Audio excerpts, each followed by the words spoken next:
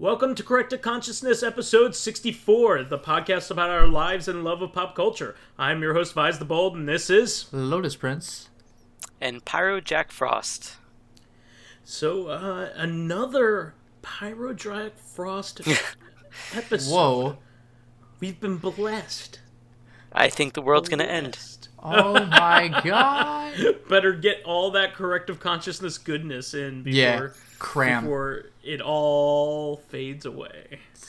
So I love how this is what your first reaction is, like, oh, I gotta record more podcasts before I die. No, I think because I'm recording so many, it's an omen. Oh, okay. That bodes well. Yeah.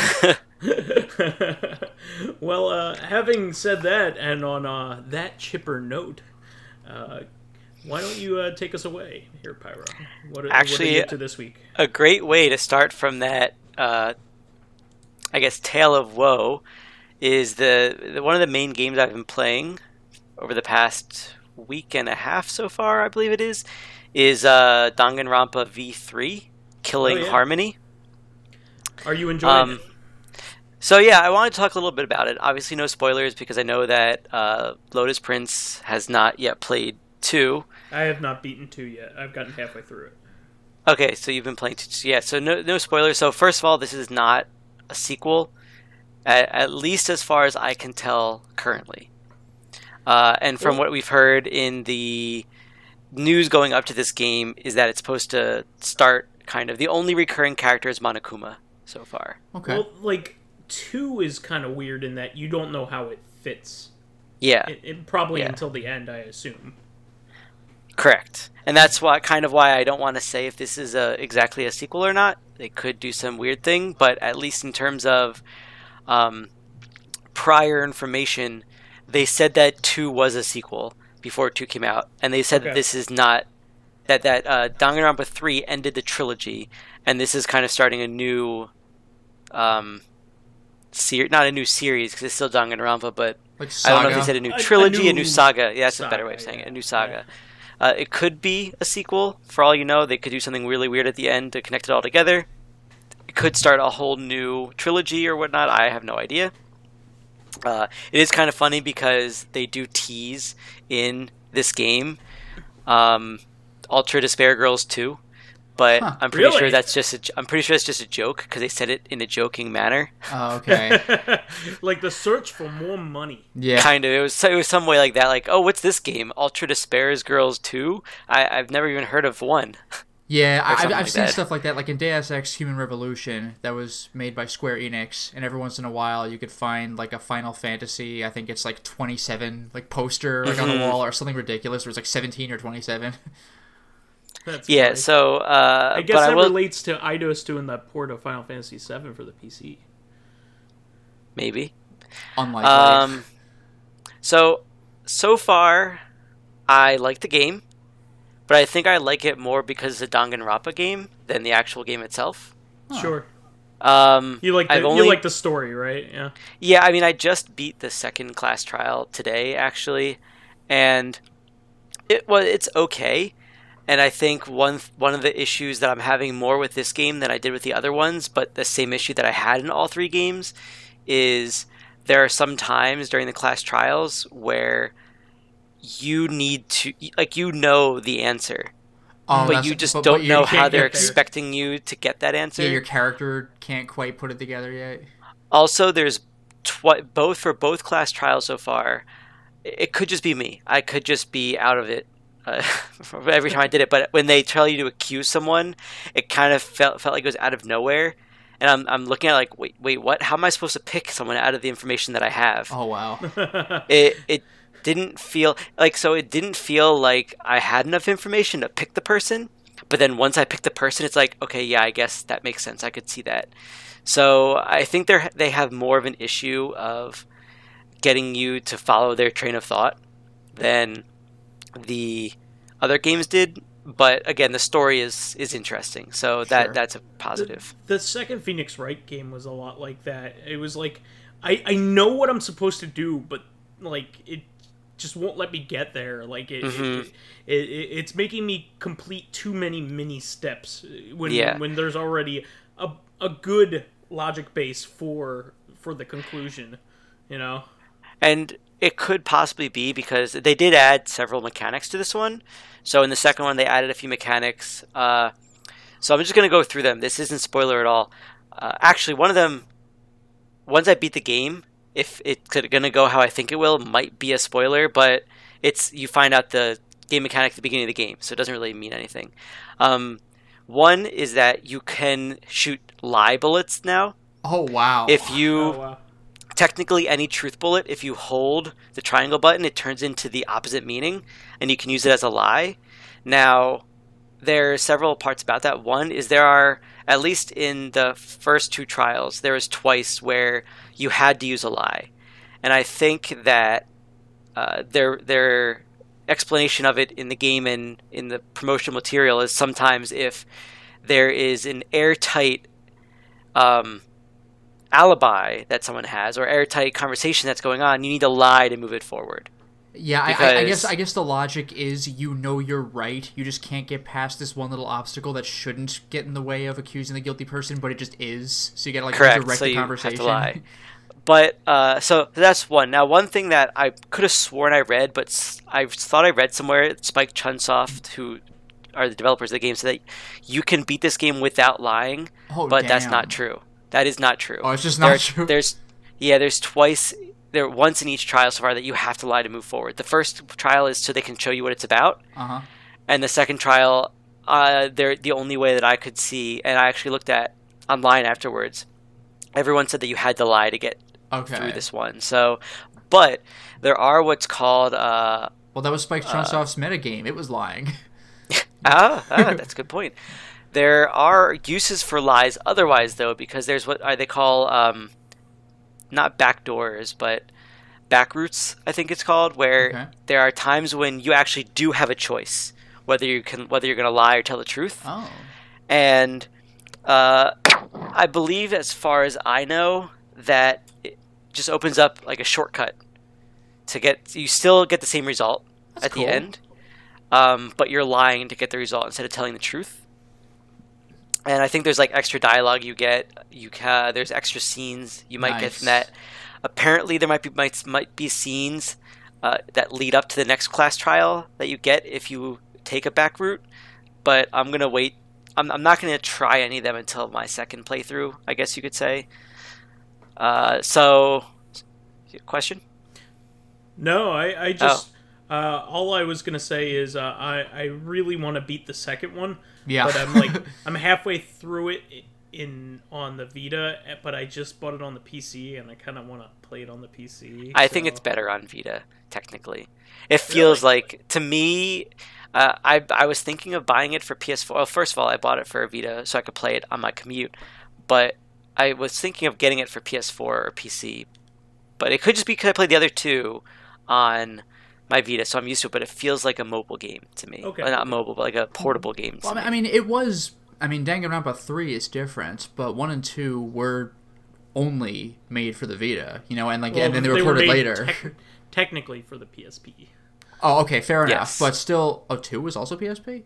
No, just 1. I think just 1 was. Well, in any case, they were obviously made for the portable system, whereas 3 went everywhere at once. Yeah, well, but either way, I do recommend getting through 2, because then you can watch the anime too, and it could bring everything together. You're like, oh shit, that was the meaning of all this. Oh, you mean the anime of 3? You mean, right? Yeah, 3 anime. Okay, okay. But yeah, so there's other things, like there's what they call what is it? I forget what it's called, but there's times in the class trials where half of the people are on one side and the other half on the other side, and then you kind of are pit against each other. Huh. It sounds more interesting than it is, but it's still pretty fun. Okay. And there's a bunch of other enhancements to minigames they've had in the past. But like I said, the game, the story, other than the class trials, let's say, is interesting. So it's fun, like looking at that and seeing what's going to happen. The class trials are... It's interesting, like, working through them, but again, there's problems. Like some of the mini games feel unnecessary, or I just don't enjoy them. But it's still fun to kind of figure out who done it. Let's say.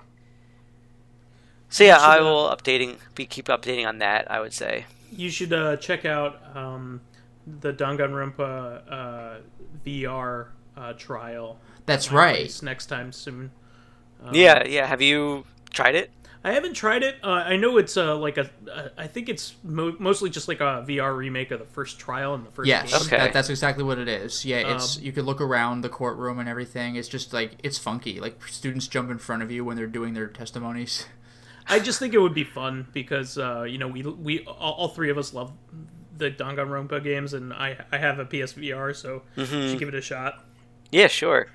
Yeah, so that's the first thing I've been playing. And I've talked about that for quite some time, actually. The second thing I've been playing is Divinity Original Sin Enhanced Edition, which is a game that I kickstarted a while ago and finally tried starting because I've been hearing a lot of good things about Original Sin 2.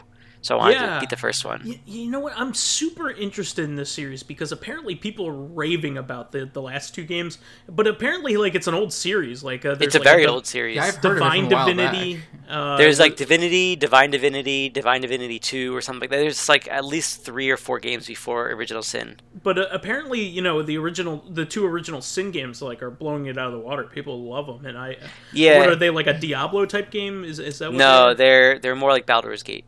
Oh, okay. Oh, wow. There are RPGs where you go talk to people. You have to, the first quest, you could say, the first main mission that's pretty long in Original Sin is a murder mystery, kind of, that you have to figure out who killed someone, and it's just a lot of talking to people. There's not really a lot of combat in it at all. That's kind of cool, though. I already mentioned Deus Ex Human Revolution, but there's a thing like that in that too, with the side mission. You got to go into someone's room, investigate stuff, talk to the person on your headset. Same goes for Witcher, the original Witcher, which I've talked about in the podcast before. The one thing that annoys me about it, though, is I kind of wanted most of my first playthroughs are the good or pretty much good playthroughs, let's say. Yeah. Not that there's good or evil in this game, but I didn't want to steal or break into anywhere in this game. If I see so it's one of those things where the hand is red if you're stealing, the hand is white if it's okay to take that thing, let's say. Okay. And I wanted to go through trying to solve this mystery with not trying to break any rules, but then I was looking and I can't figure out the life of me of how to move this story forward.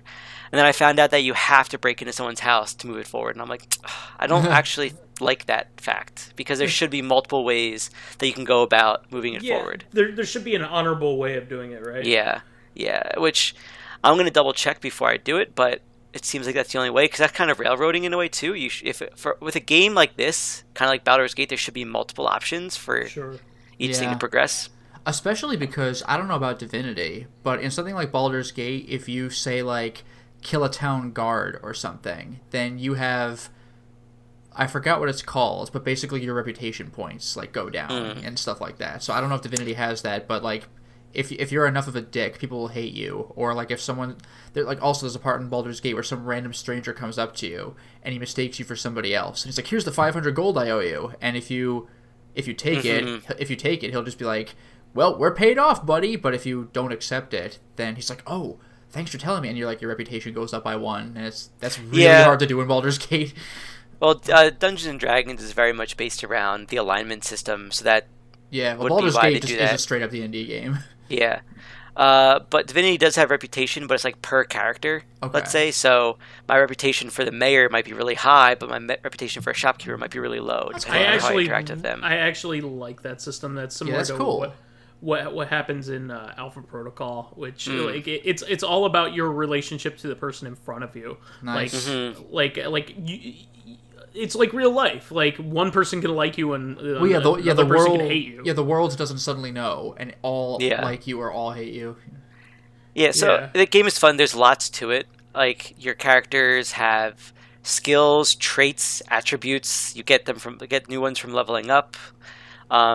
Combat. I actually like this combat more than Baldur's Gate, let's say, because in Baldur's Gate and those sorts of games, it's kind of you pause the game and then make your decisions there. Yeah.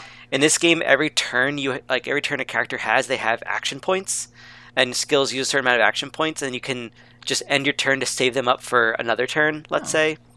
and your speed determines like the order that you all go in. So it's actually better because it's like a turn-based Baldur's Gate, let's say. That sounds almost like I'm probably way off base on this, but that basic description sounds a little like Mega Man X command missions. I've never played that, so I have no idea. Yeah. But yeah, so it's fun. It's fun because it's kind of humorous at times too, such as in most games when you go in stealth, you just like, let's say, turn kind of translucent, let's say, or whatever, or the screen goes gray, so you're free to know that you're in stealth. This game kind of does that, but also it was really funny because I was in a cave and I went in stealth, and my two characters put like a rock over their heads basically, and whenever you walk, you just see little legs walking. Then I tried to stealth. It's like hiding in the bush like a cartoon.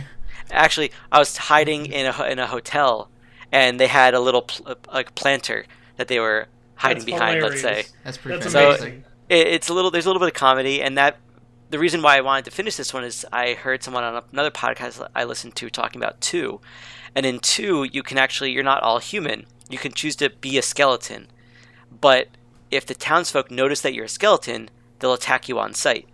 Oh wow! So you have to hide the fact that you're a skeleton. You put on like a mustache. Put on a trench coat. Yeah. The person who I was listening to said that there is no good armor early on in the game. The best helmet you can find early on in the game is a bucket. So he was walking around with a bucket on his head so no one could see that he was a skeleton. Perfect. I live in a giant bucket.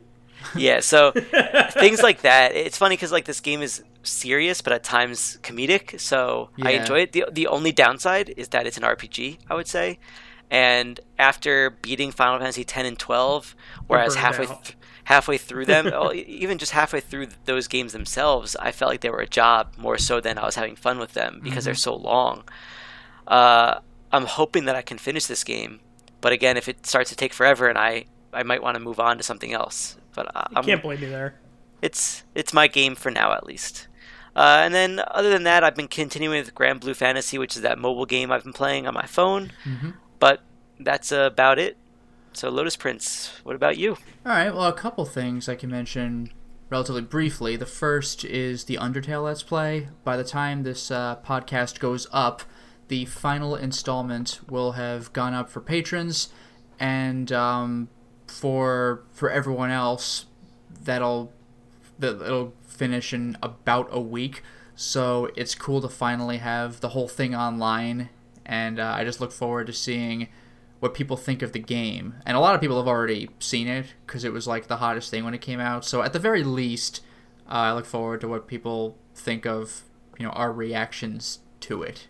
Because that's a game that I've been wanting to play for a while. Like I had students who kept telling me that I should play it. It's not overly long either. You can beat it reasonably quickly for an RPG. Yeah, I keep saying that I'm going to try it, but the longer it gets, the less likely I think I'm going to actually play it. Yeah, no, it's worth it though. Like it's like Shut Up and Jam Gaiden. Like you could beat it like in a few days. And I really do recommend it. Like it actually is deserving of the hype. It's got the right amount of comedy and genuine emotions and stuff like that. Like it's handled really, really well. And I think I mentioned this before, but Old Man Stompy and Minty Mates already knew the game, and I didn't. So they're kind of sort of guiding me through it. So they also get to see, like, what other people thought of it. Other than that, I moved on a little more with Fatal Frame on the Wii U. One of the complaints I had about the game was that it felt really linear. Like, in Fatal Frame 1 through 4, you are either trapped in a building the entire time, or in Fatal Frame 2 you kind of go among buildings, like 4 or 5, because you're in a village. But when you go in them, there's all sorts of weird locks that you either have to take pictures and find the clue to open the locks, or you have to find a key to open regular locks, and you're kind of moving all around the mansion and back and forth like in a Resident Evil game or something. But Fatal Frame 5 or Maiden of Black like barely did that. There would be like maybe one part in an area where it's like, this is locked, come back later, and you're like, okay, but like there's only so many places you can go. And a lot of the game, a surprising amount, is actually outside getting to proper dungeons. But even though the outside is vast, it's mostly linear paths. So you just kind of being not quite strung along. It's not like on a rail, but there aren't so many places to go. But I gotta give a shout out to the game's divided into chapters. I gotta give a shout out to Chapter 5, because all of a sudden I entered a shrine, and it was like it was like a Fatal Frame 2 size dungeon.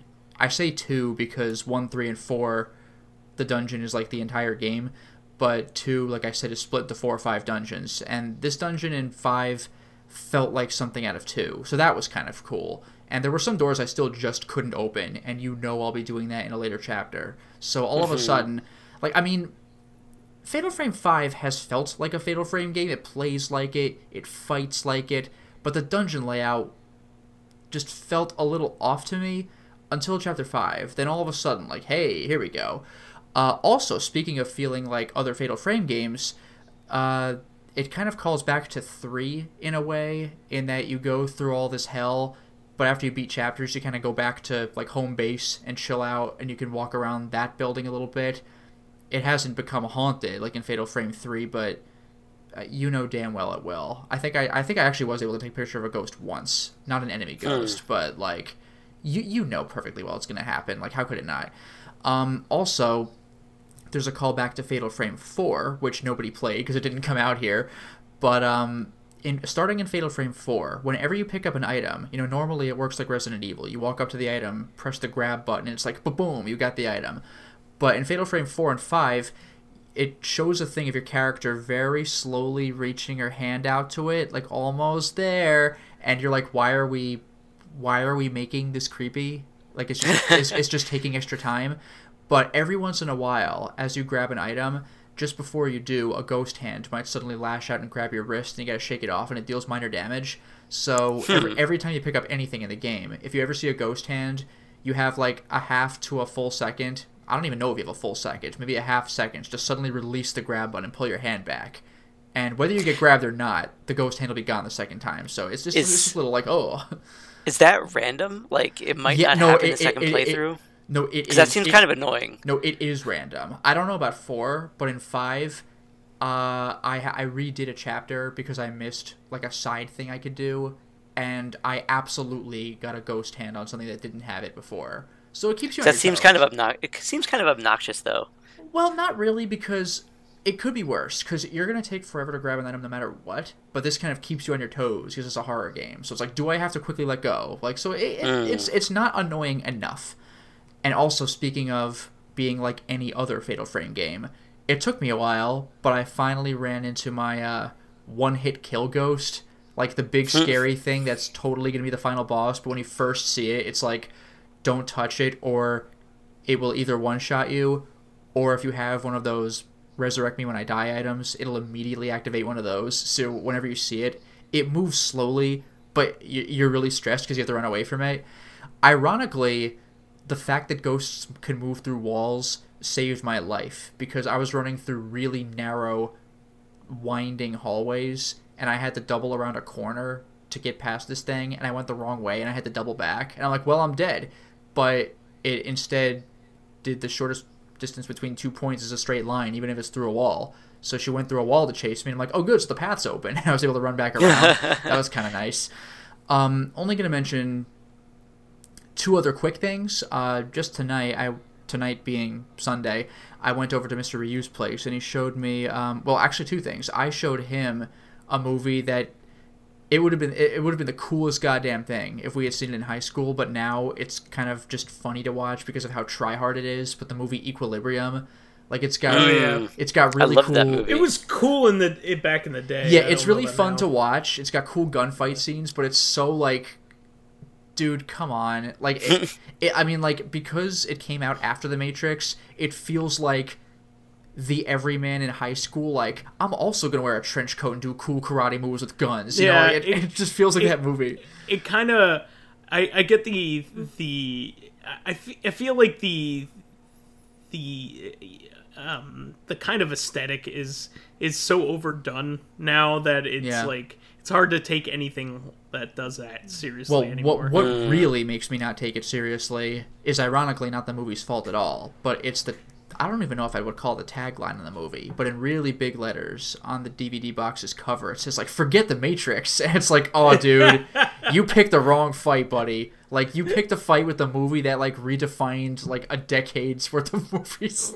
Yeah, no, the Matrix is, like, the genesis of a new filmmaking style. The Matrix changed people's lives, and it's like, but here I come. Star Wars was, yeah. Yeah, that's like watching, like, a knockoff of Star Wars. Like, forget Star Wars. Like, dude, you better be really confident in your movie. And, like, Equilibrium is a fun movie. It is. But, dude, come on. And after that, Mr. Ryu showed me a new anime series. There are 13 episodes, and the manga goes a little further, but it's still going. And I saw the first 2 episodes. It's called Made in Abyss. It's a pretty cool concept. Basically, in the world, this pit appeared. Nobody knows how. There's just this massive pit it looks like a crater, but it's, like, insanely vast. And it goes... Is it where Camden, New Jersey used to be? Yeah. Correct. That's the big twist. Thanks for ruining it. That's not a twist. I already know it's a pit. Oh no! I was taking it literally. It's like, so you mean there's a lot less crime in New Jersey than there used to be? It's just a hellhole. You know, Camden is a pit. But no, but there's this pit. It's an abyss. That's where the anime gets its title. But nobody even knows, like, how far down it goes. It's like it's as of this point unfathomable. And this pit's existence... Maybe it was in a kid's backyard. He was digging all the way to China. No, it was the gate. We're fucked. No, but it was... basically, it's turned this area of the world into, like, Etrian Odyssey. Because... wow. Yeah, it's people's... I mean, not that it's a dungeon crawler, but it's people's jobs to, like, descend as far as they can and find relics. Because relics are just there. God only knows what that means. Like, I'm only 2 episodes in, but, like... So you're not supposed to really know anything yet. But they have to pick up the relics, bring them back. People might be able to learn something from them. And there are monsters down there. It's like, what? So, like, I'm really curious as to where That's this... neat. And it seems like a fun show, too. This isn't grimdark or anything. Like, it has a pretty upbeat attitude about it. And it stars, like, kids. So... And I don't mean, like, every shonen anime ever stars kids. I mean, these are, like, pretty young kids. Like, for real. Like Goonies kind of stuff. Yeah... But this is not playing adventure. Like, this is the real deal. So I'm curious to see where this goes. And Mr. Ryu said it's really good. And, like, when Mr. Ryu recommends an anime, like, you watch it. Like, he really does have very good taste. He has great taste, and he also knows what other people will like. Yeah. That's the thing about really him. He watches a lot of stuff that I wouldn't consider. But if he ever has stuff that he says... But he never suggests that stuff. Well, that's what I'm saying. If he ever has an anime that he's like, hey, Lotus, you would like this. Like, he's right. So, this is a really fun show. So I hope to watch more of that later. And the last thing is something that Vice is also going to talk about. We had... there's this site... I think Vice might have mentioned it before. There's this thing called the PSIO, which what it's supposed to be is... a thing that hooks up to the back of your PlayStation, where the old PlayStation that has a parallel I/O port, like PSIO, right?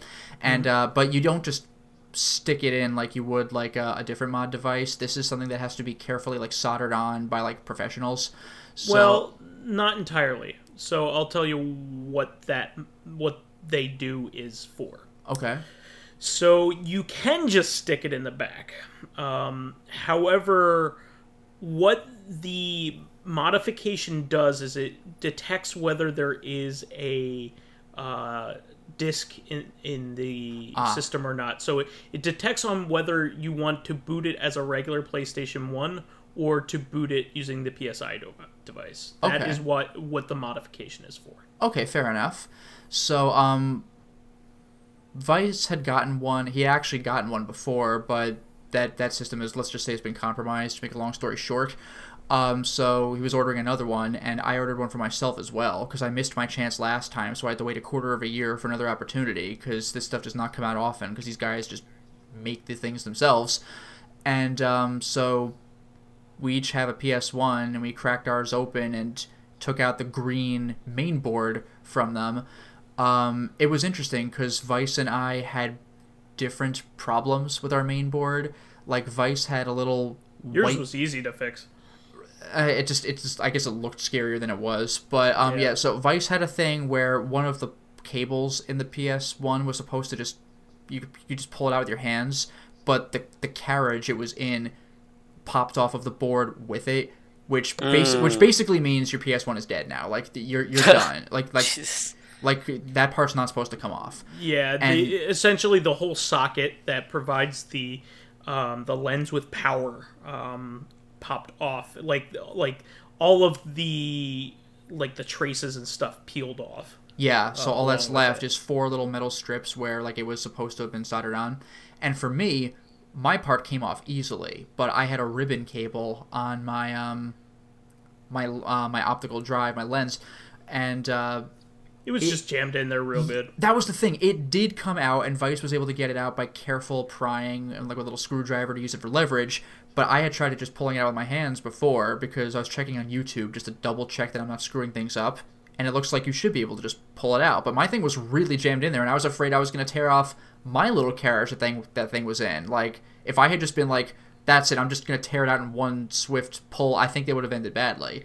So, in any case, my thing ultimately came out all right, but Vice had that socket come out. So, what we were both going to do was mail our boards to the modders who are in Australia, because they would do the modifications for us and then mail the boards back, and then we would put them back in our PS1s, which should be an easy process. All you're really doing is unplugging cables and replugging them and unscrewing screws and rescrewing them. It's actually, even for me, it's easy. Like, if I can do it, trust me, you can do it. Like, there's not much thought. If you see a screw, then unscrew it, you know?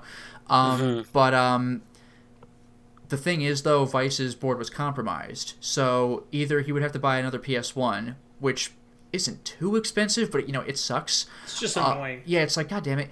But I mean, he had a suggestion, because these guys are, like, pro modders, so we thought, like, I was the one who ordered the boards, so, like, maybe I could email them and ask them if they could solder that part back on, maybe.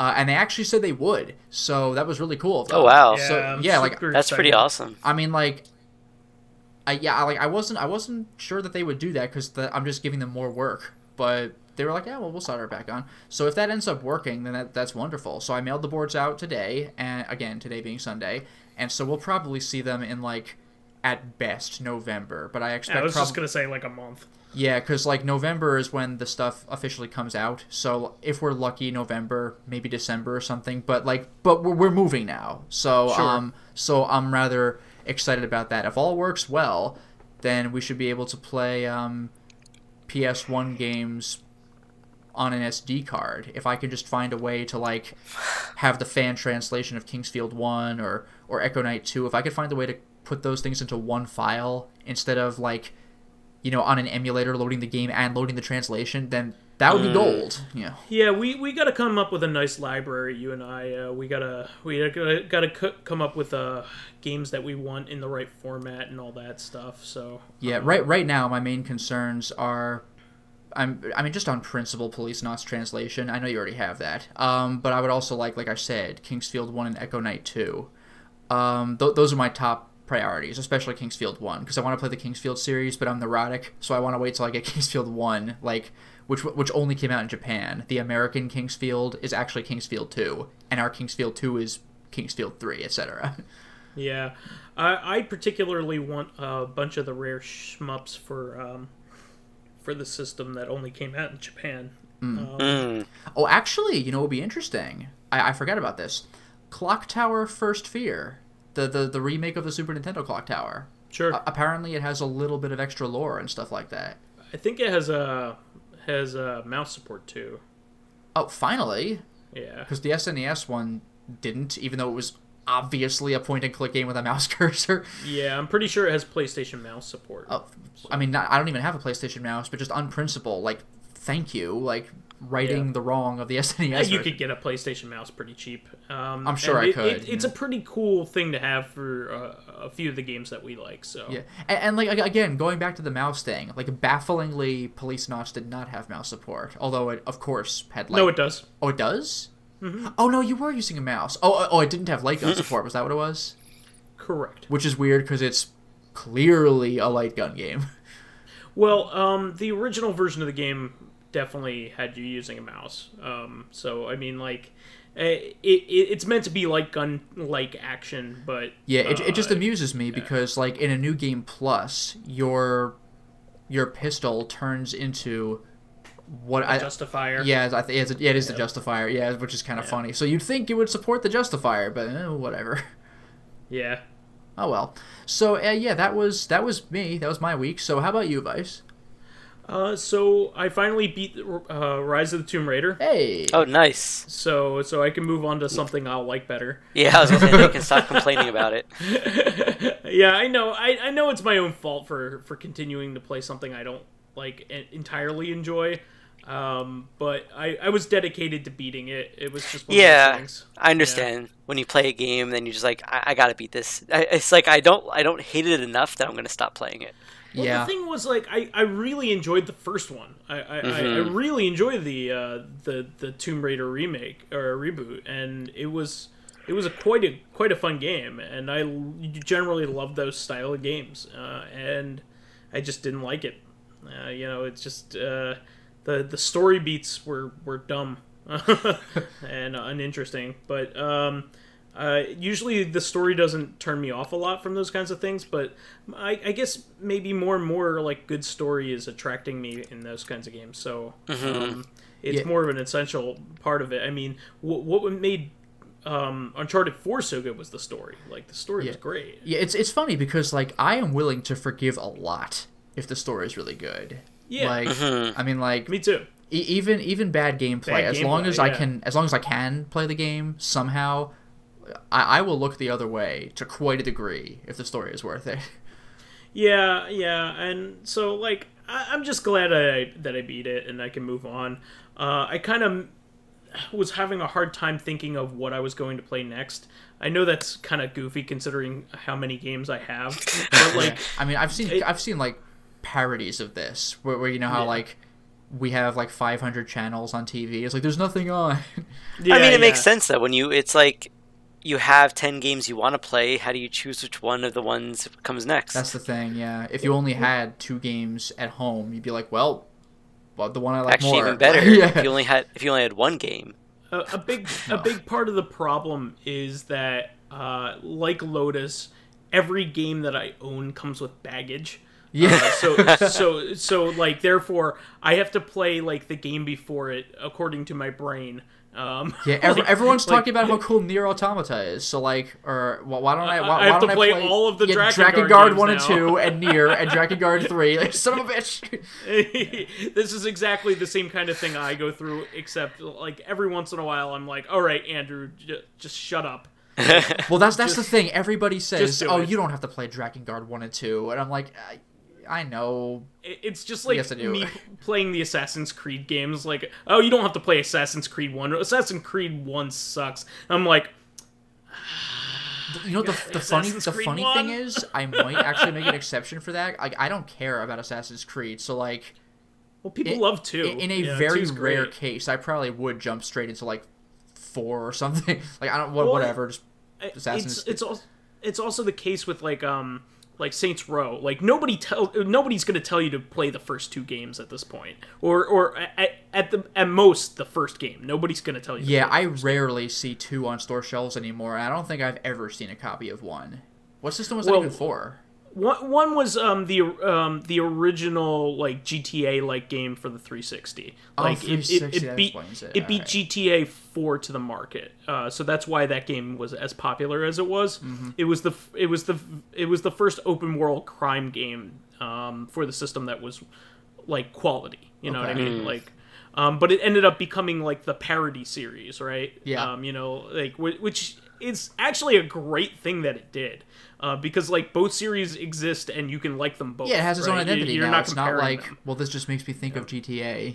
Yeah. Nobody's saying, oh, I like GTA 5 better than Saints Row the Third. Nobody says that. Yeah, like GTA 5 has some weird shenanigans you could do, but, like, Saints Row the Third and, like, the 4th game are just, like, the fourth total game wacky just, like, bullshit. Like, so it's great. Yeah. So, but what I'm saying is, like, I recognize that I don't have to do this to myself for every game that I own. And I'm starting to try to break myself of those habits. I understand the struggle. Yeah, I thought I actually had a very similar train of thought with Nier Automata. Oh really? Yeah. Like I was like, well, I had to play Nier, and I'm like, oh wait, but that's supposed to be sequels of Dragon Guard, and I'm like, I'm never gonna find these. But I think from my point of view, I like that because it just means I'm never gonna play Nier. it reduces the number of games I have to play. And like the funny thing is, a lot of people on my channel are like, when are you gonna play Resident Evil 4 or Resident Evil 7? And I'm like, yeah, but I gotta do Gun Survivor 2 first. It's like, what? No, you don't. I gotta beat the Game Boy game first. I want to beat the Game Boy first. Yeah. Gun Survivor 2, I guess I'll get through that, but I want to play Gaiden. Yeah. Then you have to play Gun Survivor 3, Dino Stalker. But I gotta play Dino Crisis 2 first. You just have to play every Capcom game in order. I gotta play Snatcher in order to understand Goemon. And so I think I've landed on the game that I want to play. Right now I'm kind of like I was playing around with playing Far Cry 4. Okay. I really love Far Cry 3 and Far Cry 3 Blood Dragon. Like, both those games were fantastic. I cannot believe Blood Dragon. Blood Dragon was amazing. I don't know if you had a chance to play it, but I saw a bit of it. It was excellent, and I love those games. I never played Far Cry 1 or 2 or any of the spin-offs. I played 1, and I started 2. Yeah, but I haven't played 3 or 4. One was one of those games that was like a game that you used to like show off your PC. Your cool PC, like Crysis. Well, it was made by the same company as Crysis. Oh, really? That's what I was going to say. It was made by it's the same idea. Yeah. So a lot of people didn't get a chance to play that game because either they didn't have the PC and it didn't come out on console.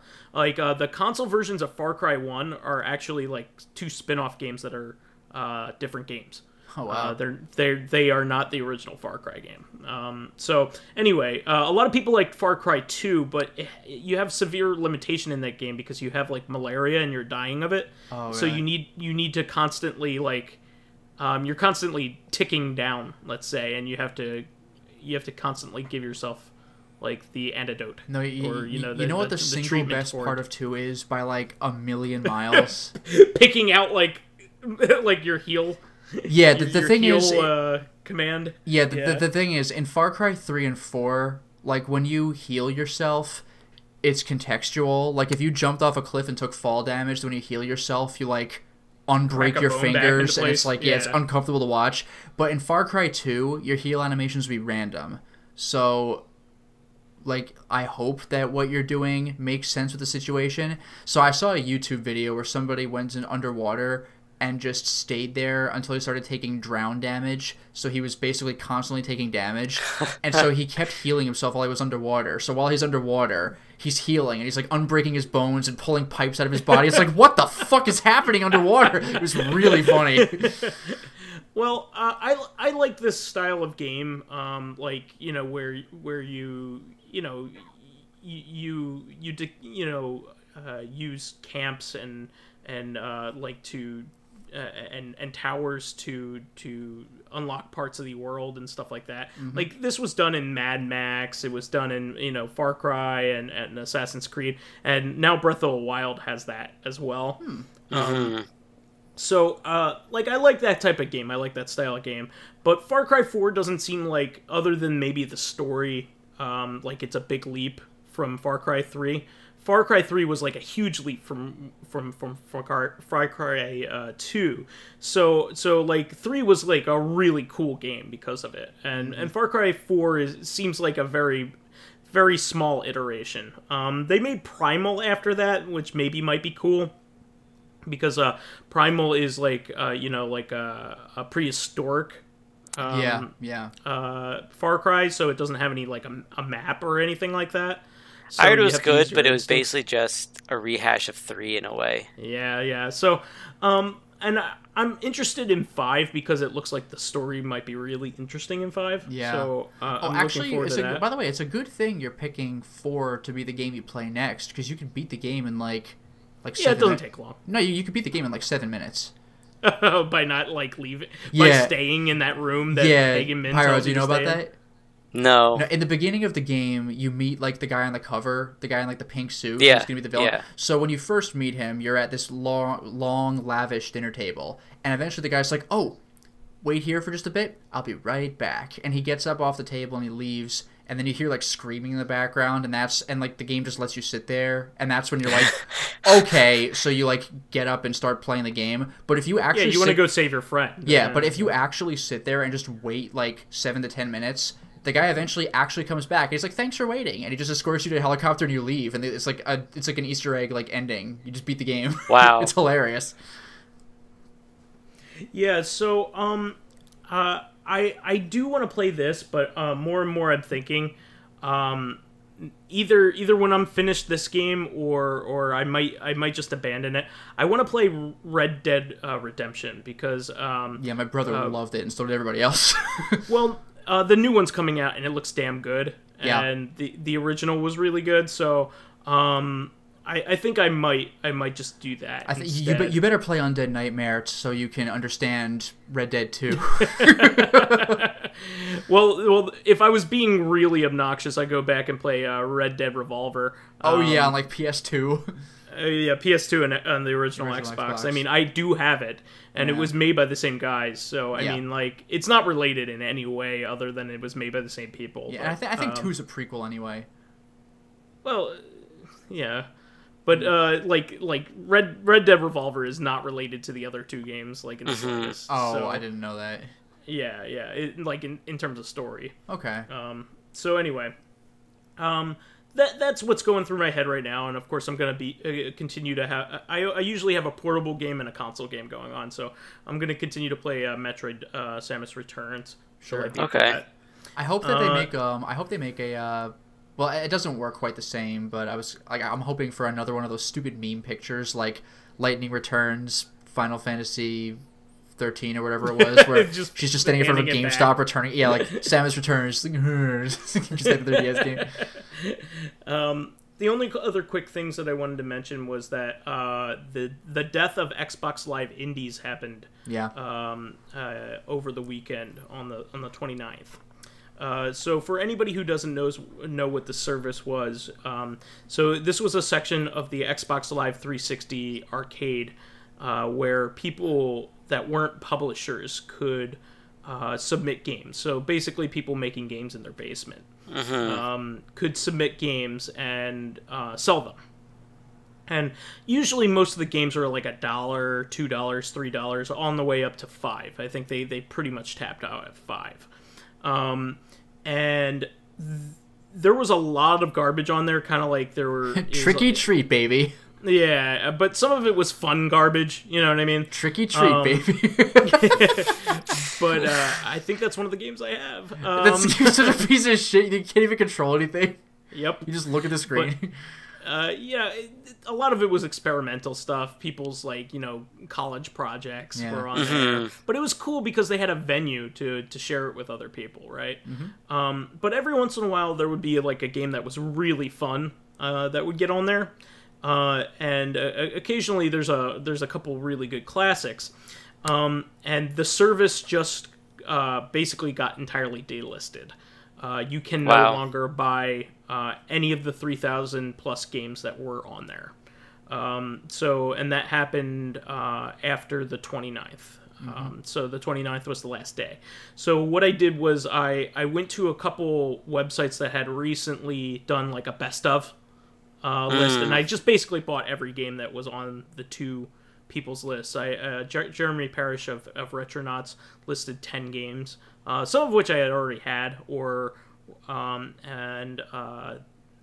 there was also another list that Smoke Monster, the guy who is making, he's basically making the de facto EverDrive packs that you would want to use for like every game ever, and good versions of them are on this this pack to play on your EverDrive if you have like an EverDrive for your video game system. Is that username a reference to Lost?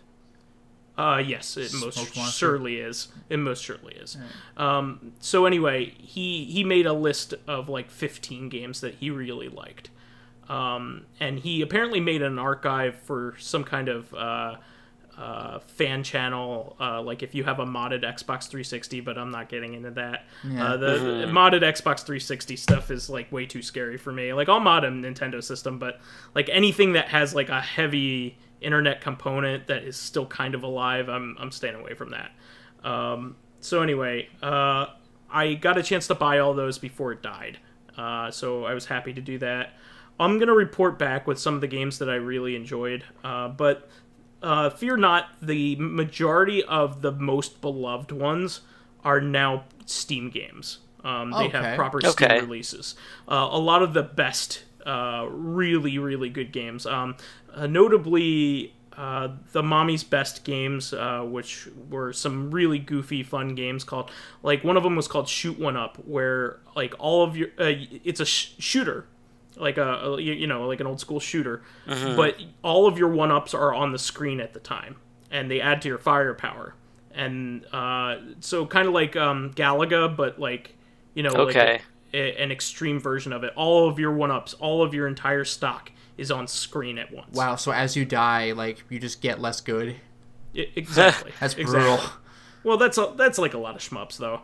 But anyway, that's a really fun game. There's a few RPGs that were really good. There's one called Breath of Death 7, which is, a parody RPG. And then Cthulhu Saves the World. Yeah, that was the follow-up to that. It was kind of like a spiritual successor, was Cthulhu Saves the World. Basically, Cthulhu has to save the world in order to be evil again, which is hilarious. Yeah, I love stuff like that.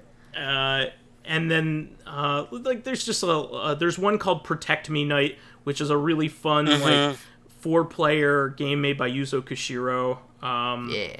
And that's a game, the type of game that we would play at our party, because it's like a 4-player multiplayer game where you're defending a castle, and it's like kind of like a tower defense game almost, but it has action elements, so it's a lot more fun. Okay. So yeah, that's a lot of fun. So I bought most of those, and hopefully I didn't miss anything too good. And I also saw Kingsman: The Golden Circle. I know my section's getting a little long in the tooth, but I'm just gonna quickly say that I like it. It was very formulaic, very much a plot in line with the first movie. Same kind of conceit, same kind of thing is going on. But it still has some really great action sequences and a lot of fun. Yeah, I have to say that I watched it too, and not to add, again, we can talk about this later maybe, but yeah, I agree that the movie was enjoyable, but it wasn't, like, it wasn't one of my favorites. Yeah, I just think that it was very formulaic. I think if they have to make a third one, it has to change things up. The second movie is basically, if you enjoyed the church scene, there are like 3 or 4 church scenes in the second one. Yeah. Which, that is not why we like the church scene. We like the church scene because it nothing led up to it, and you were like, holy crap, this is awesome. Outrageous. Yeah. And now I guess they're making it the signature directorial style of the series, which is cool and all. Like, I love that style, but you have to build up to it, man. You have to make it something special. Like, the whole movie can't be that scene from The Protector where he runs around in a circle and kills everything. Actually, I would love that. Like a 2-hour movie of the scene where he runs to the restaurant, like, all in one take. Shot. Yeah, Good one take. Lord. How the hell? Just beating the crap out of everybody in an entire building. Yep. Yeah, I love that. So, having said that, we can move on to questions here. Sure.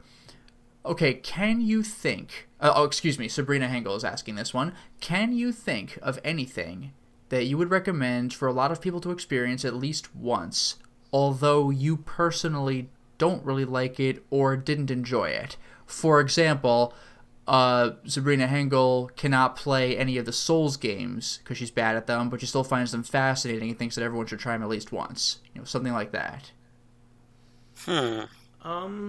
I would say something like one of my favorite movies, you know, like 2001 Space Odyssey, like or Blade Runner. Those are two of my favorite movies, but I understand that they're an acquired taste, but I would say give them a shot.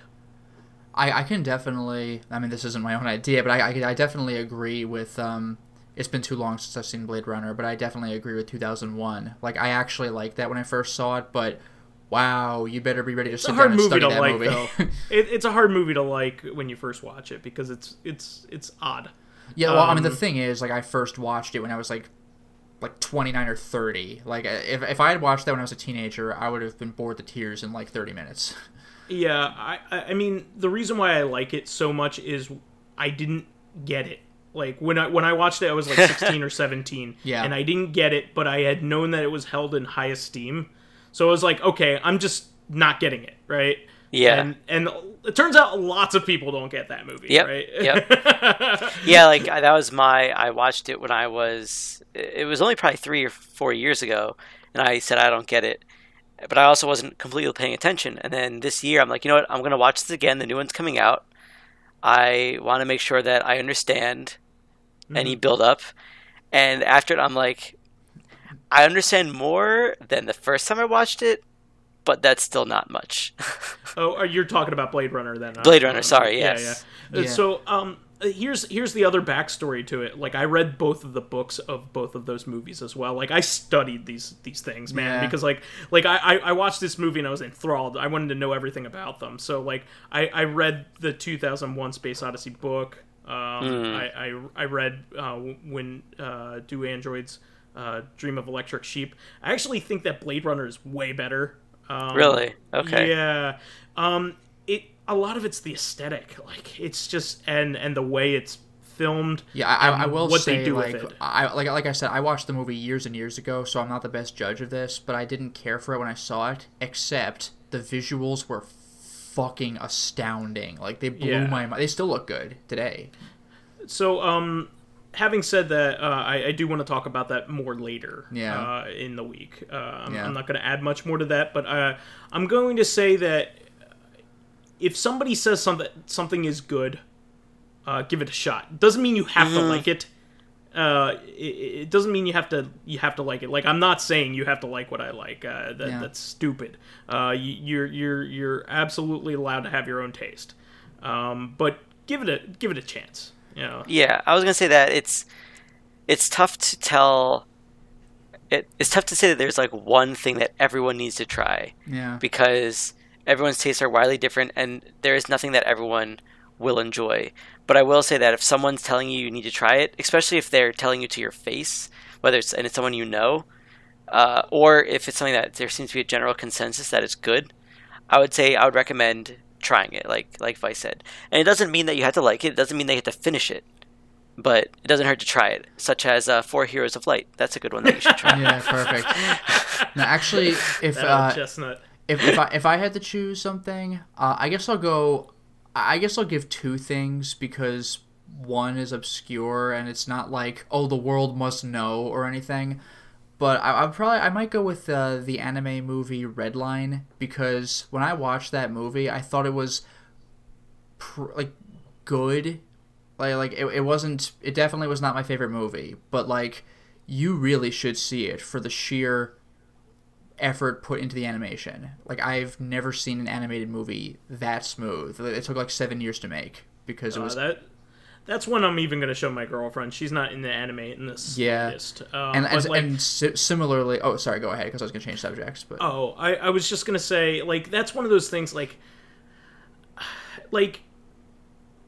I don't understand how people can hate anime, because it's every genre, you know, like, it's that's like saying I hate books. all cartoons, all of them. Yeah, exactly. So, like, I can understand you not liking tropey stuff. So, like, there's plenty of anime that is good that isn't tropey. Yeah. For instance, like, so I have some, like, classics that I want to show her. Like, I want to show her Paranoia Agent, because I have a feeling that's good. Yeah. That's so something good. Like any fan of film will like, right? Because it's trippy and it's cerebral, but it's also touching. And it has, like, it's really interesting, right? So she's gonna like that.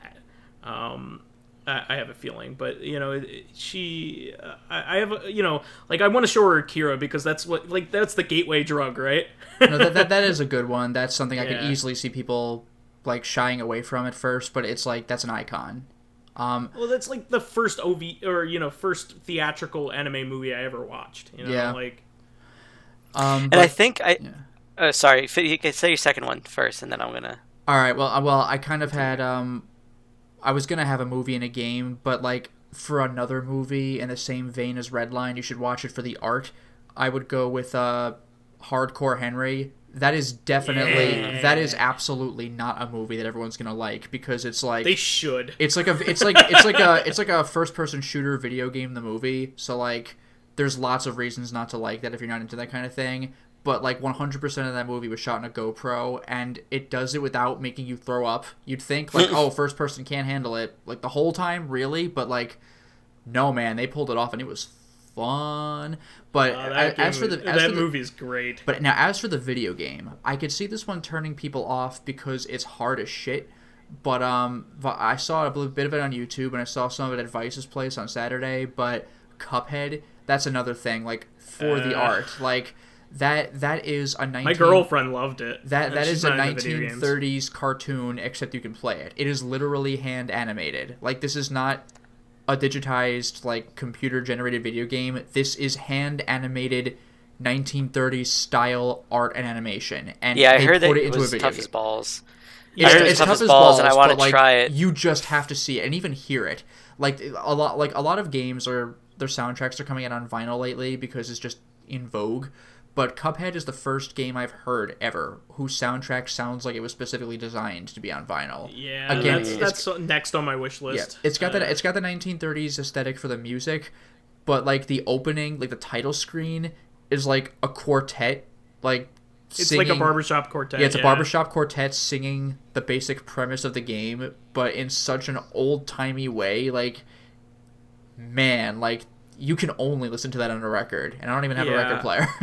I have to say that now that you mentioned it, like Cuphead is like Vyse's game. Like it's what Vyse is all about. Like everything in a video game that like Vyse likes is there. Yeah. Like and again, I wasn't kidding, by the way, with hand animation. Like I saw a brief interview from the developers, and they were saying if we drew something that didn't flow with the animation of the previous cell, it's like actual animation. You have to scrap it and draw it again. It's not like, oh, let me shift the pixel in Photoshop or something. Like, no, like we're doing it OG. Like you gotta literally redraw and watercolor paint everything. Like fuck me. I absolutely love this game. It's like, first of all, I'm a big Treasure fan. Like I love the boss rush and like complicated action and like.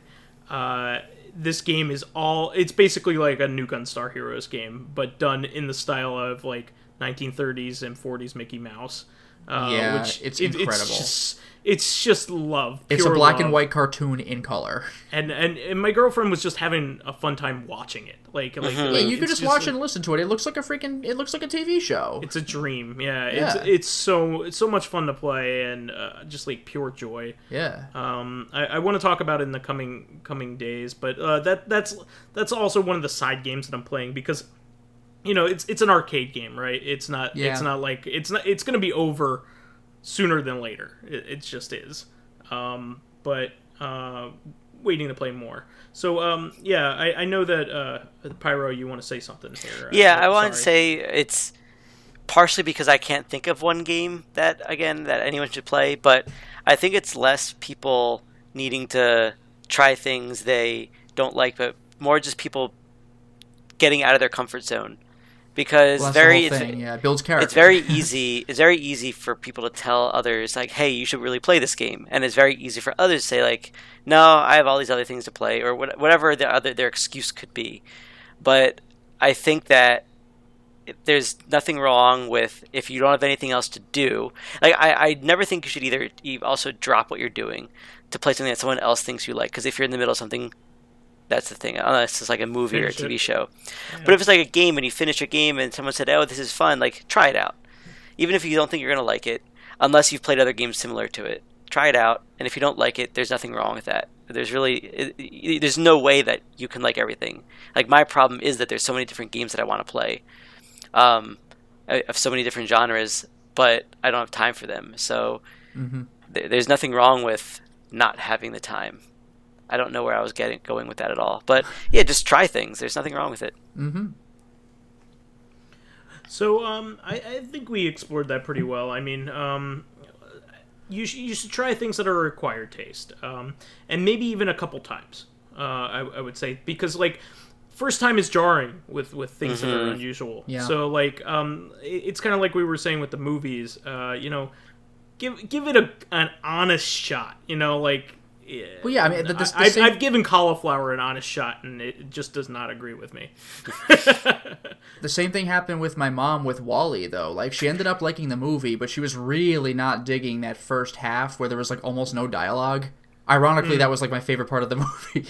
Yeah, did you ever see Number 9? Number 9's like... No, I wanted to, though. Yeah, it looks so Number cool. Number 9's a good one. Actually, I recommend watching the short and then the movie, because the short is entirely without dialogue. Oh, great! Okay. Yeah, it's a fun one. Okay. It's definitely like a nerd's movie, because like it's all mechanical and feels like a Rube Goldberg machine. Like, it's just and it looks like just Tim Burton, like Nightmare Before Christmas animation.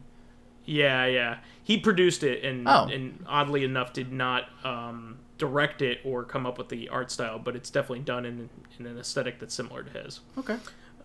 So having said that, we will do our outro here. Yes. So that is the show for this week. We want to thank our fans that contributed questions. Please keep us supplied with awesome topics by submitting questions of your own on our YouTube and SoundCloud pages. While there, please give us thumbs ups, likes, and 5-star ratings on iTunes. It helps us promote and spread awareness of the show, and any bit of encouragement helps keep the show going. You can also catch us on Thursday on our sister podcast, Reactive Consciousness, the in-depth look at this week in our lives. Finally, you can friend me as VyseTheBold on Steam, PSN, Xbox Live, and Twitter. And you can follow me on my YouTube channel, Lotus Prince, and you can hit me up on Twitter at Lotus Prince. And finally, if you are interested in seeing my videos early, getting in on exclusive live streams, or even selecting upcoming games for me to Let's Play, then perhaps consider swinging by my Patreon, which can be found at patreon.com/LotusPrince. And you can find me as PyroJackFrost or Cloudoid540 on Steam, PSN, and that's about it. All right. Well, we'll catch you on Thursday, guys. Until next time, everyone. Bye-bye.